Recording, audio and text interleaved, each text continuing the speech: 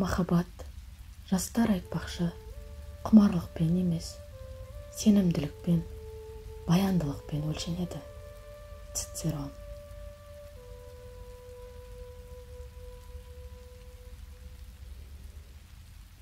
Ұлы шешімнің бастамасы өзіңізге деген сенімділікте жатыр. Сэмюэл Джонсон. Бойымыздағы сенімділік өзгелерге деген сеніммен қарауға көмектеседі. Франсуа де Ларошфуко. Қызғаныш күмәнмен қоректенеді. Күмән сенімділікке айнала бастаған сәтте ол не өледі, не долылыққа айналады. Сенімділік табысқа жетуге деген құлшынысты арттырады, бойға қуат береді, әбден айқындалған әмір беруге немесе жеке іс-қимылға шақырады, яғни дереу әрекет жасауға итермелейді. Бауыржан Момышұлы.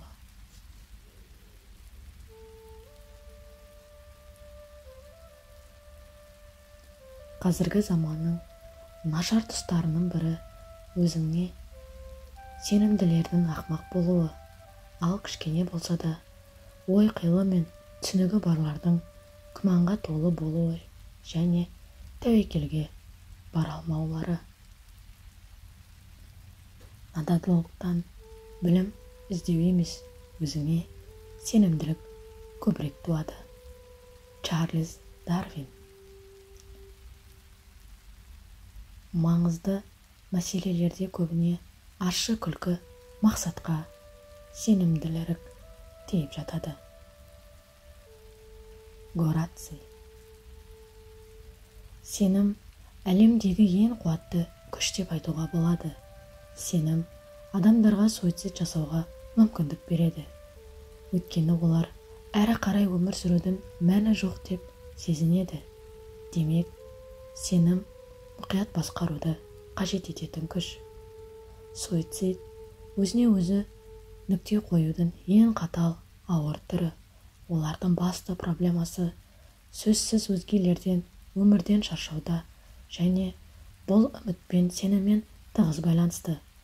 Батылдық, ерлік, төзімділік қайта уақытша сынақ, ауыр күнә емес пен деп айту бәрімізге ауыр. Өмір өзенде еркін жүзгіңіз келсе, сіз сұр өкінішті өмірге балама бар екен туралы білу керексіз. Егер сіз өз жүрегіңізді жаңа идеяларға, құндылықтар мен сенімдерге ашуға дайын болсаңыз, онда сіз ойлау процесін қалай қайта құруға және тұрақты идеялды менді қалай қалыптастыруға болатындығын білетін боласыз. Сіз кім болсаңыз да, не істесеңіз де, қандай жағдайда болсаңыз да, сіз өзіңізге толықтай сенімді, бақытты бола аласыз. Мұны үйрену сіз ойлағаннан да әлде қайда оңай. Тек өзіңізбен де, өзгемен де шынайы болуға әрқашан дайын болыңыз. Жалған маскамен өмір сүрмеңіз. Өмір қағидаларын меңгергеннен кейін сіздің өміріңіз бақытқа, махаббатқа, еркіндікке, сенімділікке және ақшаға толы болады. Бұл жалған сөздер емес. Өйткені өзіңіздің шексіз әулетіңізді білдіруден және бай шығармашылық қабілеттеріңізді дамытудан, іштегіні сыртқа шығарып, босатудан басқа адамды жігерлендіретін және шабыттандыратын ештеңе жоқ. Себебі бұл өмірдің қағидаты.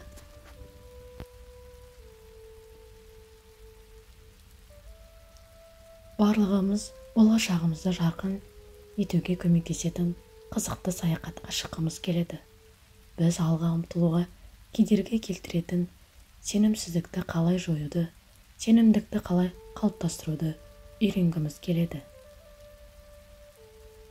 Егер сіз өзіңізді тоқтап қалғандай сезінсеңіз, өзіңізді басқалардан төмен санасаңыз, немесе өмірге сенімділікпен, ынта жігермен, мотивациямен қарай алмайтын болсаңыз, сіз қазір өмірге наразысыз өкпе, реніш, кек, наз, кінә, өкініш, жағымсыз сезімдер. Өткен өміріңіз қандай болмасын, риза болу, бүгінгі күннен рухани ләззат алу және болашақтағы сізді күтіп тұрған нәтижелерге қанағаттандырудан асқан қызықты саяхат жоқ. Шексіз сенімділік жағымсыз сезімдерден толық арылған кезде ғана орнайды. Сұрақ қою мен оған жауап алатындығына сенімділіктің арасында айырма ұшан теңіз. Озвальд Шпенглер. Сенімділік жағдайының қалай екені туралы әңгіменің әуені тәрізді, бірақ әңгіме әуеніне қарап айтылғанның бәрі шындыққа сай екен деген ой түюге болмайды ғой. Людвиг. Данышпан біреудің көз қарасын дұрыс деп қабылдамай, тек өзінің әділдігін талап ететіндерді ақмақ деп атайды.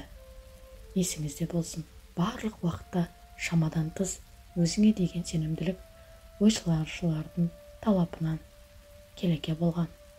Сүлеймен патша.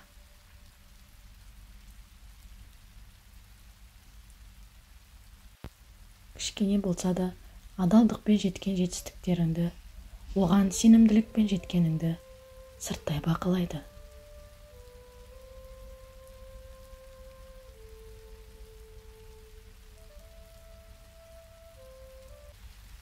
Өзіңе құрметің дұрыс болса да, өмір саған тікенді жол берді ме? Қорықпа. Тағдыр саған жақында жайқалған гүлді өмір жібереді. Өміріңді бір үлкен қазан ретінде ойла. Іс-әрекетің, амалдарың, сөйлеген сөздерің осы қазанға салынатын тағамын деп елепсітте.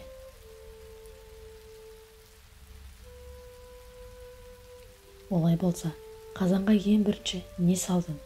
Уайым, қайғы, көңілге кібірін тиетін сөздер, ашу-ыза, кекпе, болмаса сүйіспеншілік, сенімділік, тыныштық па?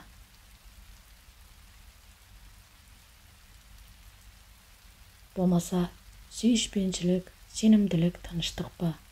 Асыңа қандай да бір тағам қоссаң, ол тағамды бүлдіріп, уландырып та аласың.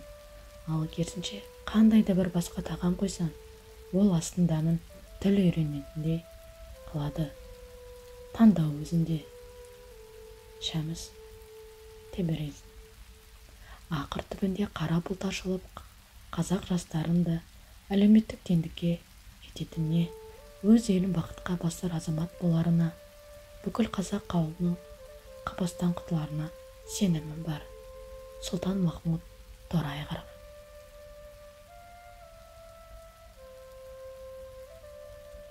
Жастық арман, бұл сенім, бұл ерлікке құштарлық, бұл әрі лирика, әрі романтика, бұл болашақ жөніндегі үлкен-үлкен жоспарлар, бұл болашақ атауының бастауы. Назым Хикмет Ран. Кейде сенің артынан кім елесетінін көру үшін алға шығуың керек. Кейде кім сені тыңдайтынын бақылау үшін даусыңды бәсеңдетіп сөйлеуің керек. Кейде бәрі астан-кестен болып жатқанда сенімің кім қалатынын білу үшін қате шешім қабылдауың керек. Өзіңнің күшіңе деген сеніммен қаруланып алу керек. Ал бұл сенімге кедергілерді жеңу арқылы, ерікті тәрбиелеп, оны жаттықтыру арқылы жетеді. Өз бойындағы және өзіңе тыс қара жердегі өткеннің түкке алғысыз мұрасын жеңуге үйрену қажет. Өзін-өзі сәл ғана жеңудің өзі адамды ғана анағұрлым күштетеді. Максим Горький.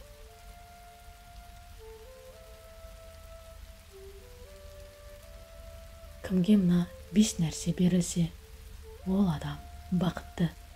Денінің саулығы, сенімді болуы, ризықтың көптігі, мейірімді және сенімді жар, сабырлық сезімі. Молла Жөли. Сен ата-ананың үмітісің, сен қайталанбас тұлғасың, өз өмірінің белсенді жасушасысың. Сондықтан өзіңе ғана сен. Бауыржан Момышұлы.